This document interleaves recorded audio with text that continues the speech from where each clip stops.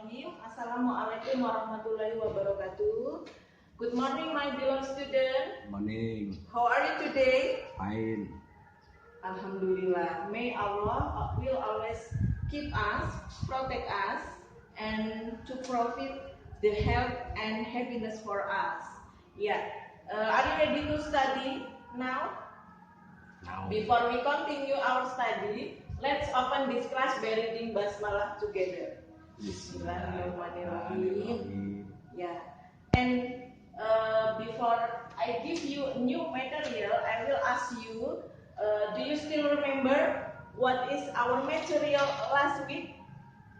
Yeah, okay, good. Last week we have discussed about simple present tense. Do you still remember about the formula? Masih ingat ya rumusnya? Nah, simple present tense itu juga akan kita gunakan di materi kita sekarang ini. Masih ada hubungannya dengan materi yang sebelumnya. And our new material today, we will discuss about descriptive text. Do you know descriptive text? Ya, when you describe, ketika kamu menggambarkan, mesti pernah menggambarkan seseorang, menggambarkan benda, hewan, atau magnificent place. Magnificent place itu tempat-tempat spesial seperti tourism place, tempat-tempat yang digunakan untuk berwisata. Nah, minggu ini atau materi kita sekarang adalah descriptive text tersebut, ya. In describing place, in describing things atau benda is the one of kind our tourism in our city, tempat tourism atau pariwisata di tempat kita, di daerah kita di Wonogiri. This is Waduk Gajah Mungkur. Have you ever gone there? Sudah pernah pergi ke sana? Can you describe the place? Bisa mendeskripsikannya? Ya, nanti kita akan coba mendeskripsikannya bersama-sama. And maybe you have go to other places, to other magnificent place in Wonogiri. Mungkin sudah pernah pergi ke tempat-tempat lainnya yang ada di Wonogiri. Nanti ada tugas tersendiri ya, your job, your project to describe magnificent place others Waduk Gajah Mungkur. Ya. Next, learning objective. Apa sih tujuan dari pembelajaran yang akan kita pelajari hari ini, yaitu tentang descriptive text? Tujuan pembelajarannya adalah through the practice of writing and speaking in pairs. Jadi fokusnya kamu akan belajar mengembangkan, develop your skill in writing and speaking, dalam menulis dan berbicara. Ya, students can compile oral and written descriptive text. Maksudnya adalah siswa kalian itu bisa menggunakan descriptive text dalam oral dan written skill. Ya, in short and simple, related to people, object or animal, and also places, with full sincerely and confidence. Jadi dengan penuh percaya diri. Itu tujuan pembelajarannya. Next, so apa yang akan kita pelajari di materi ini? In our material today, in this lesson, we will learn about what is the definition of descriptive text. Definisinya descriptive text itu apa sih? Nah, and then the second one, generic structure. Generic structure itu struktur kalimatnya yang akan kita susun ke dalam paragraf. Itu seperti apa? And then lexical, grammatical or language features. Ciri-ciri kebahasaannya. Di dalam descriptive text itu ciri-ciri kebahasaan atau grammarnya itu pakai apa saja. And then the last one, I will give you an example of descriptive text. Ya, nanti langsung saya kasih contoh dari descriptive text. Nah, ini definition of descriptive text. What is a descriptive text? Seperti yang saya katakan tadi, when you describe, ketika kamu menggambarkan person, seseorang, benda, dan lain sebagainya, nah itulah yang namanya descriptive text. Kita lihat, descriptive text is describe a particular person, place, or mendeskripsikan seseorang secara khusus, seseorang, benda, dan lain sebagainya itu tadi ya. For instance, contohnya pets, bisa pets, hewan kesayangan kamu. Do you have pets in your home? Punya hewan kesayangan di rumah ya? Nanti kita gambarkan.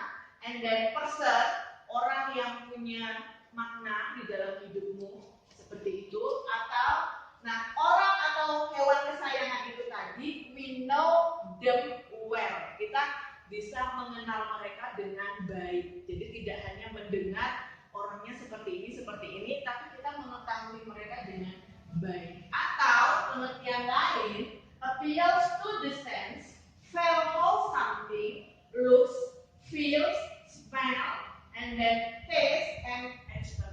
Jadi kita mengetahui benda itu baik dari yang kita gambarkan itu, kita bisa melihat, bisa merasakan, membauinya, menciumnya atau merasakannya.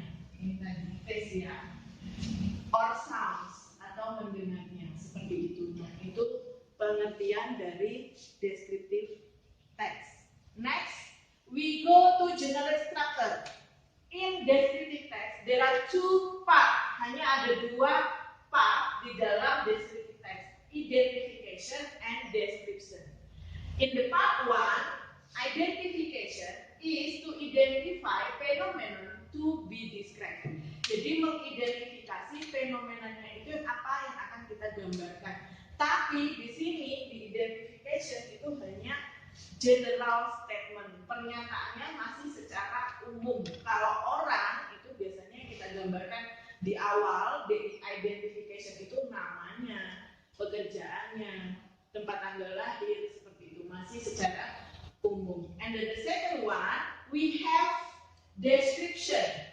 Di bagian kedua kita punya description. Nah, description ini yang mendescribe parts, qualities, or karakteristik in detail, menggambarkannya secara detail, secara keseluruhan. Kalau itu orang, yang kita gambarkan dua, physically, secara fisiknya dan secara personality-nya.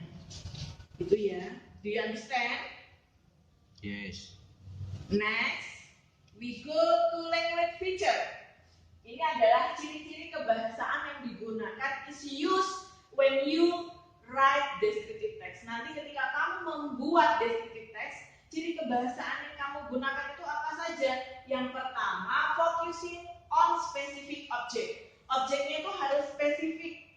Gak boleh kamu menggambarkan misalnya bola, tapi yang kamu gambarkan hal yang lainnya. Itu tidak spesifik. Terus yang kedua, tadi yang Beauty bilang, using present tense, menggunakan simple present tense. And then next, we are using verb or linking verb, which used to describe appearance. Ya, yang kita gunakan adalah kata kerja bantu atau kata kerja yang mengklasifikasikan benda dan menggambarkan secara appearance, kelihatan, size, shape, ya, ukuran, bentuknya dan lain sebagainya.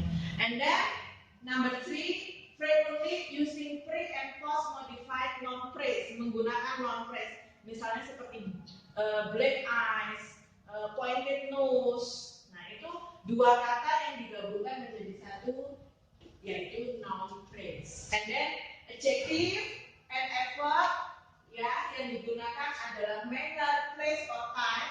And then adjective which used to characteristic feature, ciri-ciri secara karakteristik seperti yang saya katakan tadi, ada size itu ukuran, shape, location, color, origin, material, dan lain sebagainya. Jadi kita bahas satu-satu. And then think detail to visualize the topic. Dan yang berikutnya, providing example, ini contohnya dan menggunakan sinonim atau repeated, seperti itu. Nah, itu ciri kebahasaannya. Kita langsung ke contoh. Di sini I have a picture. Can you see? Ya, this is my daughter. Nah, when I describe my daughter, in here, I describe three parts. Di part 1,